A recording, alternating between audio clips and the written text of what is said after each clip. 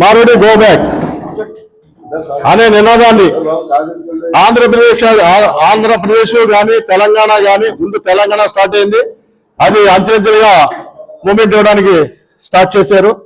మరి ఇదంతా కూడా కుట్రపూరితంగా జరుగుతున్న కార్యక్రమం. ఇవాళ రాష్ట్రం విడిపోయి ఉమ్మడి రాష్ట్రంగా ఉన్నదాన్ని విడిపోయి ఎలా అయితే చేశారో ఇలాగే మారేడి గో బ్యాక్ అంటే రేపు పొద్దున హిందువులు అందరూ గో బ్యాక్ అనే పరిస్థితి మరి వస్తుందని చెప్పి నేను భావిస్తున్నాను. మరి అది దాని పూర్తి స్థాయిలో అఖిలపక్షంగా కూడా ఖండిస్తున్నాం. అయితే దానికి మీటింగ్ వేరేగా మనం మాట్లాడుకున్నాం. అయితే ఇప్పుడు రాజమండ్రిలో మారుడి గో బ్యాక్ అనే దాన్ని ఒక ఆయన ఎవరో స్పందించారు. అది చాలా దారుణం. ఎందుకంటే పొద్దుట లెగిస్తే మనకి అనుసంధానం భక్తుడికి భగవంతుడికి అనుసంధానం అయినటువంటి అంబికా దర్పాటు భక్తులాగా మారుడితోనే పొద్దుడు పని. నాకు డబ్బులు కావాలంటే మారుడు ఇస్తాడు, నాకు ఏదైనా హెచ్చాలు కావాలంటే మారుడు ఇస్తాడు, నాకు ఏదైనా బంగారు కావాలంటే మారుడు ఇస్తాడు. అందువల్ల వాడికి మనకి ఉన్నటువంటి బంధం విడరాని బంధం.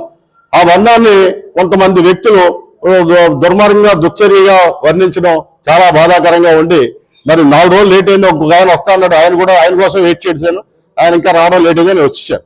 అందువల్ల దీన్ని మీరు పెద్ద మనసుతో దీన్ని ఎంతవరకు వీలైతే అంతవరకు ఖండించే ప్రయత్నం నేను చేస్తున్నాను. పార్టీ నుంచి సస్పెండ్ చేయాలి, అవసరమైతే కుల బహిష్కరణ కూడా